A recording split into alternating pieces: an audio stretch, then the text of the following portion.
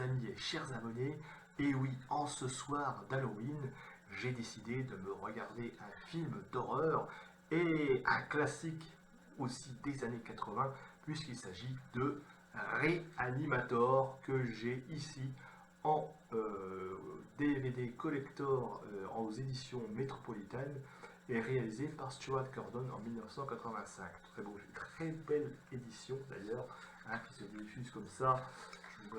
Je vous le présente voilà, en 2 DVD, c'est-à-dire le film, plus les suppléments, plus les interviews, plus l'analyse de la musique aussi très intéressante dans ce film, et puis plein d'autres de petits secrets, dans une édition vraiment qui est vraiment pas mauvaise du tout, et que je vous encourage à retrouver. C'est sur le site de la FNAC que moi j'ai trouvé cette édition très intéressante. D'ailleurs, les éditions métropolitaines, en général, quand ils rééditent des films, en général, c'est jamais n'importe quoi et on n'est jamais déçu. Alors, Reanimator, revenons au film. Donc, ce film, avec au casting, alors produit par Brian Yuzna, qui lui aussi réalisera quelques films aussi, dont la suite de Reanimator. Brian Yuzna, Stuart Gordon, dont c'est le premier film, d'ailleurs, le premier long métrage en 1985, avec dans les rôles titres, eh bien, nous avons Jeffrey Combs dans le rôle du fameux Herbert West. Voilà, je ne sais pas s'il a fait d'autres films après. On a Dan Kane, le personnage de Dan Kane, incarné par Steve Abbott. Nous avons Barbara Crampton, magnifique Barbara Crampton, dans le rôle de la fille du professeur Ashley, et le professeur Ashley incarné par Robert Sampson, je vois, et David Gale dans le docteur du Maléfique, je ne sais pas si on peut dire ça Maléfique, bon, un petit peu du perfide docteur Carl Hill qui veut voler le sérum de Herbert West. Alors, pourquoi ce synopsis? Alors, le synopsis du film, c'est une adaptation, d'ailleurs c'est pas marqué en version française, parce que je crois, non même pas, mais c'est une adaptation d'une nouvelle de Lovecraft, de Howard Philip Lovecraft, auteur très bien connu, auteur assez connu en Europe, parce qu'en Amérique il n'a jamais été vraiment, il n'a jamais été plus connu en Europe qu'aux États-Unis d'ailleurs. Je ne reprends pas le jeu de Lovecraft, qui est né en 1970, décédé en 1937, auteur de nombreuses nouvelles un peu politiques, et notamment Reanimator, voilà, c'est la seule nouvelle d'ailleurs, c'est dans une des nouvelles où on s'appelle sur OSS, et sur London. Donc c'est le premier film a fait ici, comme ça, il le veut dire sa carrière de l'adapter des nouvelles de Lovecraft en cinéma. Je vois que c'est surtout Reanimator 2, une suite Reanimator, Reanimator 2 sera justement, ça s'appellerait Predator from Beyond, qui sera apparemment Reanimator 2 sera réalisé justement par Brian Yuzna. Lui-même a réalisé From Beyond en 1986. Alors là, en 1987, un autre film qui va réaliser sur un ordre que je vous encourage à revoir, c'est quand même Dolls avec des poupées. Alors là, c'est absolument flippant. Si vous voulez voir un film qui est vraiment flippant avec des poupées, c'est même. On se sent un petit peu mal à l'aise avec vraiment regarder Dolls. Mais il a fait aussi, il y a un autre film que j'aime bien aussi de lui, qui s'appelle Robert Jones en 1989, bien sûr Fortress en 1993 avec Christian Lambert, qui est totalement là, qui se passe dans une prison souterraine, dans une espèce de huis clos. D'ailleurs, on aime bien les huis clos comme ça, les univers un petit peu comme ça, cloisonnés, avec où il lâche les trucs, où il lâche des créatures, c'est quelque chose qui lui plaît. Castle Freak, alors pareil, Castle Freak en 1995, ou encore récemment en 2001 Dagon, et House of Reanimator, en 2010. Alors, ça, que Stuart Gordon est malheureusement décédé en 2020. Je ne sais pas du corona ou pas, mais enfin bon, il était né en 1947 et il est décédé en 2020. Brian Usna, je crois qu'il vit encore, à vérifier, etc. Alors, c'est la reprise, donc, comme je vous ai dit, de la nouvelle de Lovecraft, avec le fameux Herbert West, étudiant en médecine, qu'on retrouve hein, dans ce film. Et la nouvelle, donc, est adaptée, enfin, qui va être adaptée par Stuart Gordon, comme ça, et mise à la sauce des années 80. Alors, on retrouve un petit peu les éléments. Les personnages sont effectivement les personnages de la nouvelle. Herbert West, Dan Kane, il me semble, hein, je crois qu'il est dans le livre, à moins qu'il ait un autre nom. Enfin, je vérifie. Pourtant, j'ai pas lu cette nouvelle de Lovecraft dans ma bibliothèque. Mais je crois qu'il s'appelle Dan Kane. La fille, incarnée par Barbara Crampton, qui s'appelle dans le film Megan Isley, je crois qu'elle est totalement inventée. Hein, le professeur Isley, lui, est vraiment doyen de la faculté d'Arkham. D'ailleurs, le nom, la ville, ça c'est aussi une référence directe à la nouvelle, ça n'a pas été échangé. Et voilà, tout à fait, c'est le docteur Alan Ashley qui est, je crois, existe vraiment dans la nouvelle. Pareil, Carl Hill, le docteur Carl Hill, incarné par David Gale, je crois pas qu'il existe. Non, ça aussi, c'est quelque chose qui n'existe pas dans la nouvelle. Alors, voilà, hein, c'est une adaptation de Troy, mais un petit peu modernisée. Donc, voilà, Carl Hill, le docteur Carl Hill n'existe pas dans la nouvelle, de même que la fille, de même de Dan Cale. Alors, oui, il y a dans la nouvelle de base, je me rappelle que Herbert West a un acolyte, qui est aussi étudiant, ou je ne sais plus. Et, mais tout le reste, voilà, des personnages qui sont totalement inventés. D'ailleurs, la nouvelle de Lovecraft, à mon souvenir, est extrêmement beaucoup plus sombre. C'est quelque chose qui est vraiment pesant. Hein. On voit d'ailleurs Dark West qui va chercher les cadavres, effectivement, et lui, il ne va pas les chercher à la morgue, comme dans le film, mais il va les chercher dans le cimetière. Donc, ça rend déjà un peu plus glauque. Et puis il y a toute une réflexion. Bref, c'est beaucoup plus sombre. Alors que là, Stuart Gordon fait un film d'horreur assez remarquable, le film d'horreur, mais il va quand même des fois mettre des petites situations un petit peu comiques hein, dans son film. Voilà, on est très, très années 80, comme ça, avec des punchlines, etc. Alors l'histoire, eh bien, on a comme ça, on a Herbert West, hein, donc qui revient, qui était un ancien élève en Suisse avec il s'appelle un docteur suisse-allemand qui s'appelle docteur Gruber, et pour lequel voilà, il avait fait le dessus une petite expérience qui a mal tourné, hein, je spoil rien, c'est au tout début du film, c'est même la première scène du film où on voit le docteur Gruber la tête voilà, qui explose parce que son élève Herbert West lui a mis un petit peu une dose un petit peu trop forte de sérum, de son sérum, et donc ben, voilà, il est un petit peu chassé de l'université de Zurich et il va trouver voilà, va trouver de quoi continuer et poursuivre ses études parce qu'il n'est pas docteur, Herbert West, il est simplement étudiant en médecine, donc il est en troisième année de médecine et voilà, peut-être, je sais pas si c'est le doctorat, peu importe. Bref, alors voilà, il cherche à être docteur et donc il revient à l'université d'Arkham, Miskatonic. C'est ça aussi référence à la nouvelle de Lovecraft. On sait très bien que Lovecraft plaçait toutes ces histoires dans la ville imaginaire, hein, elle n'existe pas.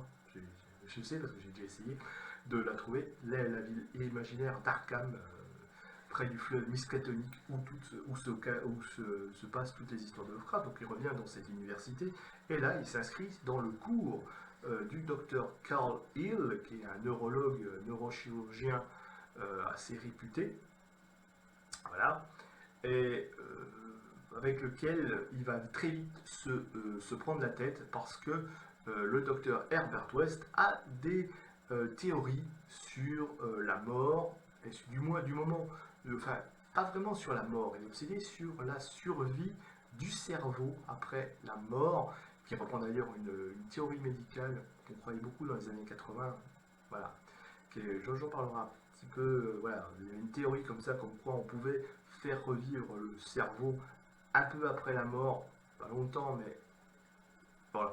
Et lui, il pense qu'on peut comme ça vaincre le processus mortel avec une espèce de sérum, tout ça.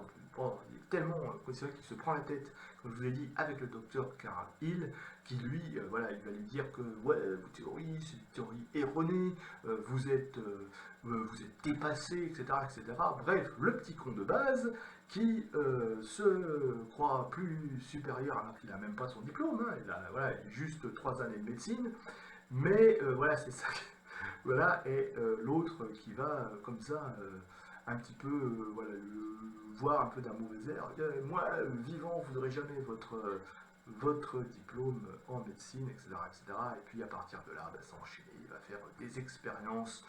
D'abord, voilà, sur le chat de, voilà, enfin, oui, il va aussi vivre en colocation avec un certain Dane Cale qui, lui, pour le coup, se tape la fille du doyen de la faculté, Alex Asley, et Megan, c'est son prénom, et qui, voilà, qui a un chat qui s'appelle Rufus, avec lequel va commencer la première expérience, puisque le chat va se faire, va mourir dans une poubelle, lui va le récupérer, et il va lui foutre son espèce de sérum de mort, là, je sais pas quoi, un peu fluorescent, je me demande si d'ailleurs, s'il n'y a pas quelque chose dedans, peut-être quelque chose nucléaire, parce que la couleur, c'est vraiment euh, pas très catholique comme ça, mais bon, peu importe, hein, voilà.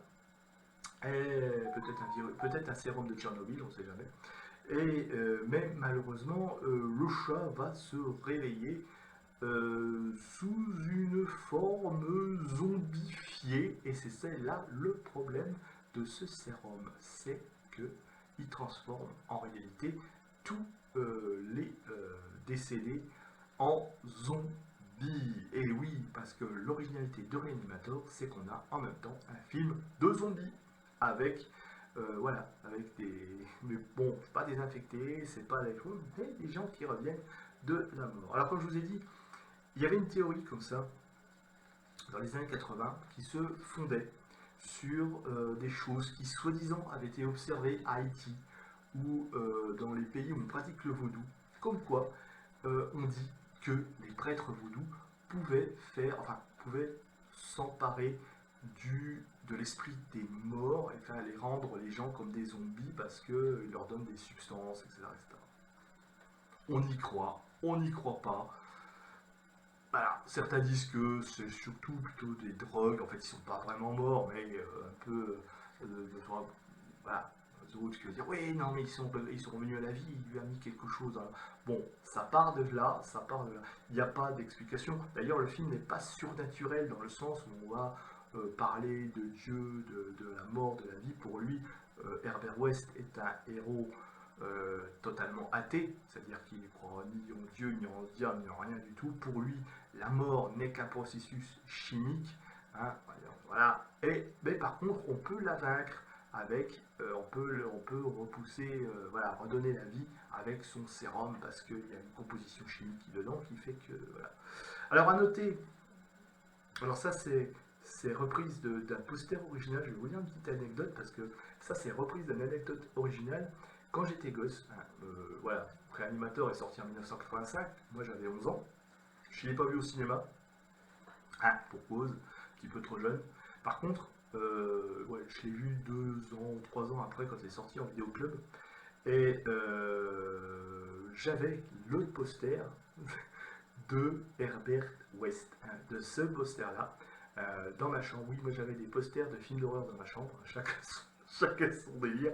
C'était les chanteurs, d'autres c'était les idoles, tout ça. Moi c'était les.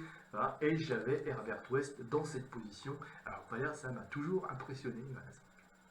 En plus, les petites lunettes, je portais des lunettes aussi. Je me prenais un petit peu pour Herbert West. Et c'est vrai que dans le film, il est quand même assez charismatique. Le mec, il s'énerve jamais. Quoi. Il est là. Est-ce que c'est un savant fou? Alors, on peut dire qu'il est dans sa folie parce qu'il est dans son obsession quoi, de ramener des gens à la vie, c'est ça le but. Mais fou, non, non, non, il est brillant, c'est même un homme est absolument brillant. Il crée quand même un sérum de vie ou sérum de mort, hein, comme vous voulez, qui va rendre un petit peu fou de jalousie le docteur Carl Hill, qui va le surprendre dans ses. Oui, je vais spoiler un petit peu, mais bon, après tout, ouais, vous en doutez. Ouais, le docteur Carl Hill, voilà, va le surprendre dans ses travaux. Et puis bien sûr, voilà, lui, il veut pas partager sa découverte et il va tuer le docteur Carl Hill. Mais et là, grossière, peut-être fatale erreur, voilà, il va lui trancher la tête, il va lui prendre comme ça, le mettre dans un bain, ça, et il va lui mettre son, euh, son sérum dans la tête en pensant que voilà, qu'il serait tranquille, hein, il a plus que la tête tranchée comme ça, mais grossière erreur, il n'a pas fait disparaître son corps, et on a le corps du docteur Carl Hill complètement décapité, qui va comme ça, lui, le prendre et puis s'emparer de ses notes, s'emparer de son trésor, hein, il va partir avec la tête, alors ça donne un petit peu lieu à une scène assez marrante. On voit comme ça le docteur, le corps décapité, enfin, voilà, qui arrive comme ça avec la tête sous le bras, et la fout dans sa peau. Peu importe, parce qu'il va essayer, lui, docteur Carl Hill, il va pas se démonter. Voilà, bon, et il va, voilà, après tout ça s'enchaîne. Oui, je vous expliqué que le docteur Hasley va être le premier à mourir dans le film, parce que lui, évidemment, hein, ils vont aller en douce, en loose day, à la mort pour aller chercher des cadavres. Hein, bon, pour voir un petit peu ce que ça donne, et puis ça va mal tourner. Il y a le docteur Hasley qui va arriver, ouais, il va se faire, trucider par le zombie, le mec qui vient de zombifier, là, voilà, et lui-même va se faire piquer, allez hop, sérum de mort, mais va devenir complètement fou, enfin le cerveau vidé, hein, va perdre ses facultés, hein, pour un doyen, pour un doyen de faculté, perdre ses facultés, voilà, c'est assez ironique. Et puis après tout s'enchaîne, le docteur Caril va revoir le docteur Halsey dans sa espèce de chambre capitonnée, hein, lui disant tu vas devenir mon cerveau, et alors, voilà, le docteur Caril après il va piquer tous les malades. Alors, à un moment donné il y a une scène à la fin dans la morgue où c'est la foire aux zombies. Bon, puis ça se termine en grosse bagarre, mais franchement, voilà.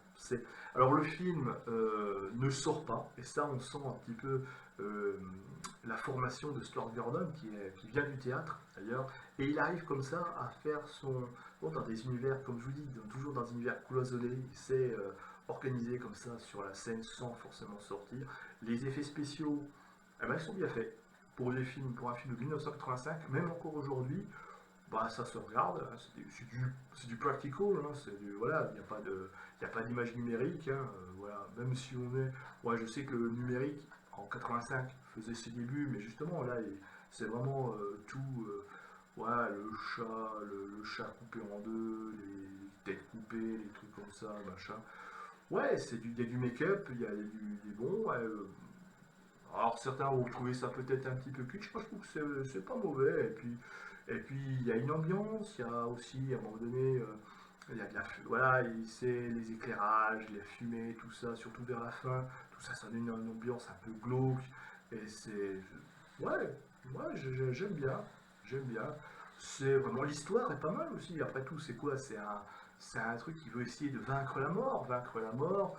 Et puis, bon, l'expérience des rats, pourquoi pas, c'est simple, mais ça fonctionne. C'est toute une réflexion comme ça. Bon, c'est un très bon film aussi, un film de zombie quelque part. Pour ceux qui aiment bien un petit peu le côté un peu zombie, il y a beaucoup de choses comme ça qui sont réunies. Et puis, l'histoire est sympathique à regarder, et culte. Alors, est-ce que ça effraie, est-ce que ça fait peur? Peut-être à l'époque, je me souviens qu'on avait quand même, on flippait pas mal devant ce film. Aujourd'hui, on a tellement vu de choses au cinéma que, ouais, allez, ça passe. Alors, si vous avez jamais vu, celui qui n'avait pas vécu les années 80, je pense aux jeunes qui regardent cette vidéo et qui veut voir le film, soyez préparés, hein. C'est un petit peu dégueulasse, hein. Ça saigne, hein. On est dans les années 80, hein. Donc ça tranche, ça coupe, ça saigne beaucoup. Voilà, donc voilà, préparez-vous quand même si vous allez avoir le cœur accroché. Je pense que si vous avez vu le film Human Centipede 2, je pense que vous êtes quand même déjà bien. D'ailleurs, j'en avais fait la critique. Hein. Si vous avez, voilà, revoyez le film Human Centipede 2, vous allez être. Si vous survivez à ça, vous pouvez survivre à Reanimator. Voilà. Bon, après, ouais, le talent, d'ailleurs, le talent de Stuart Gordon, c'est de ne pas faire un film d'horreur. Euh, Film d'horreur, quoi. Je veux dire, il y a des moments où, ben, il y a des vannes, il y a des punchlines, il y a un petit ton sans vraiment sortir du film, mais ça reste dans l'histoire, ça sert l'histoire, et on sent, voilà, on suit plus une aventure d'horreur, mais qui vire parfois au fantastique que horreur pure. D'ailleurs, voilà, on ne tue pas de civils, on ne tue pas de trucs, il y a des morts, oui, il y a des morts, mais c'est dans l'histoire, c'est voilà, c'est les protagonistes de l'histoire qui meurent. Hein, je veux dire, voilà, s'il y a pas, ça reste une aventure, ça reste une aventure. Et j'ai envie de dire même, le héros de l'histoire finalement, c'est pas lui, c'est en fait, c'est le sérum en fait. C'est ça qui est le plus culte, hein, c'est cette espèce de sérum. En fait, c'est ça, tout tourne autour de ce sérum de mort, dont on ne sait pas la, et ça c'est très bien vu, dont on ne sait pas la composition. Hein, puisque Herbert West ne veut pas partager ses notes, on suppose qu'il a écrit sur ses notes, mais et c'est ça qui est bien, c'est que chacun peut s'imaginer, voilà, on peut se dire qu'est-ce qu'il y a dans ce sérum. D'ailleurs, dites-moi en commentaire ce que pour vous, si vous avez vu ce film, qu'est-ce qu'il peut y avoir, tiens, pour rigoler un petit coup, qu'est-ce qu'il peut y avoir dans ce sérum déjà pour briller comme ça, hein, parce que voilà, fluo, il brille dans le noir, et puis voilà, quel procédé, quelle matière, quel composant peut contenir ce forum, on peut s'amuser comme ça. Voilà, c'est un petit jeu entre nous. Moi je pense qu'il y a quelque chose comme ça de nucléaire derrière, peut-être un forum. Ah non, il n'y a pas encore eu de Tchernobyl, c'est vrai. On peut pas. Voilà, il n'y a pas, il peut pas assez. Voilà, on peut pas dire c'est Tchernobyl, donc ça. Mais on dit côté comme nucléaire, hein, je pense que il doit y avoir un petit peu d'irradiation là-dedans. Hein. Bref, voilà. Quoi qu'il n'y avait pas, j'ai dit que l'explosion de Tchernobyl. Non, non, Tchernobyl c'est en 86, donc non, c'était bien avant. Mais je pense qu'il y a quand même quelque chose de nucléaire là-dedans, parce que c'est pas possible d'avoir une couleur comme ça. Voilà, on le remarque de loin, hein, dans le noir, etc. Bref, oui, c'est à voir, évidemment, un grand classique, il a une capacité de en plus, le ton du film est typiquement des années 80. Je crois d'ailleurs, je crois qu'il a gagné des récompenses, hein, je crois qu'il a gagné. Il me semble qu'il a eu un Oscar en 87, il me semble. Je me trompe. Non, je confonds avec le film. Non. Il a été présenté par. Si. Il a eu le prix Spécial Horror à Montréal en 1986. Ancien festival du film fantastique au lycée Gérard Mer. Il y a eu aussi le prix très spécial à Montréal. Au CCS 2085, il a eu le prix des meilleurs films. Il a aussi le prix des meilleurs films à Fantastival 86, prix des meilleurs effets spéciaux. Pour reconnaître que j'ai mis vraiment, c'est pas, voilà, c'est pas du, il n'y a vraiment pas du mec,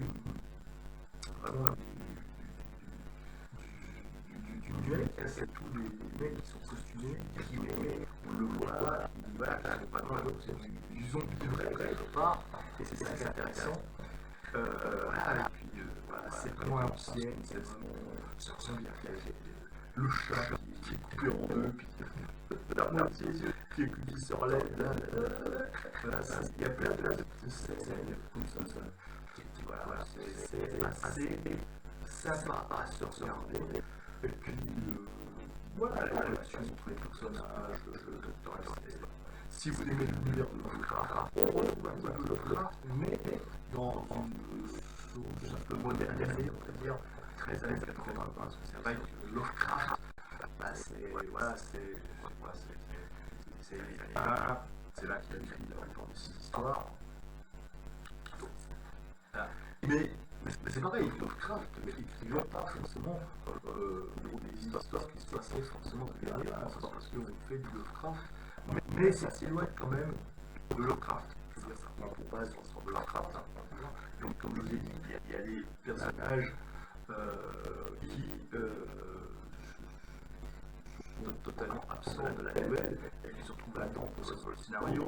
Je vous dis, le docteur Carl Hill n'existe pas, par exemple, mais sa présence est nécessaire. Halsey, oui, sur le docteur Halsey, on retrouve aussi dans la nouvelle base, mais d'une autre manière, en fait. Dr. Halsey, c'est un peu aussi voilà, il a les affections du Dr. Carl Hill à l'époque, de Del West. Alors, dans la nouvelle, il n'a pas le même caractère, hein, il est beaucoup plus. Dans la nouvelle, il est beaucoup plus dérangé. Tandis que là, alors oui, il est un petit peu dérangé, hein, si on considère que le mec, voilà, mais bon, il a quand même une intelligence, j'ai envie de dire, c'est un mec qui a quand même une intelligence supérieure, hein, même s'il est étudiant en médecine 3e année, il est déjà très très doué, et voilà, s'il n'avait pas eu cette obsession, peut-être qu'il serait devenu un grand savant, hein, on sait jamais. Bon, il y a une petite histoire d'amour à la clé entre Dan Kane et Barbara Crampton. Barbara Crampton, qu'on voit nue dans le film. Voilà, si vous voulez voir Barbara Crampton à poil dans le film, foncez sur ce film. Bon, alors la scène, elle est peut-être un petit peu pas très nécessaire, mais bon, c'est toujours. Voilà, c'est les années 80, hein, on aimait bien mettre les films. Bon.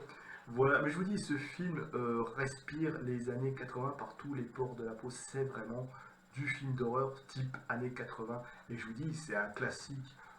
Alors, je ne sais pas si en salle il a marché. Je n'ai pas regardé combien il avait rapporté en salle, au point du box-office et au nombre d'entrées.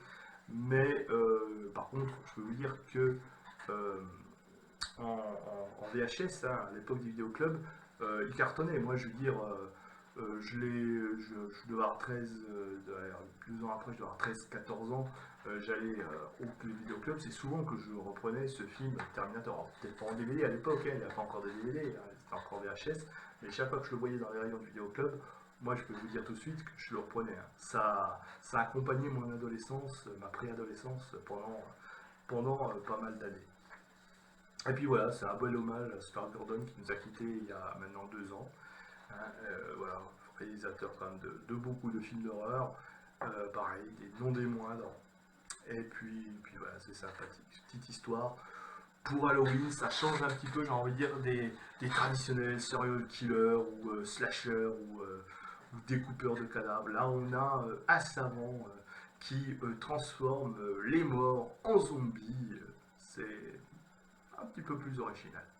Et puis aussi, c'est filmé, comme je vous l'ai dit, hein, Stuart Gordon, le théâtre, l'école du théâtre, c'est toujours filmé dans un univers cloisonné. Il arrive un peu à gérer l'action, toujours dans des univers comme ça, cloisonnés.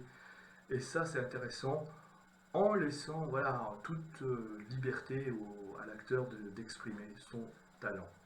Et puis, c'est assez spectaculaire, ça fait son petit effet quand même.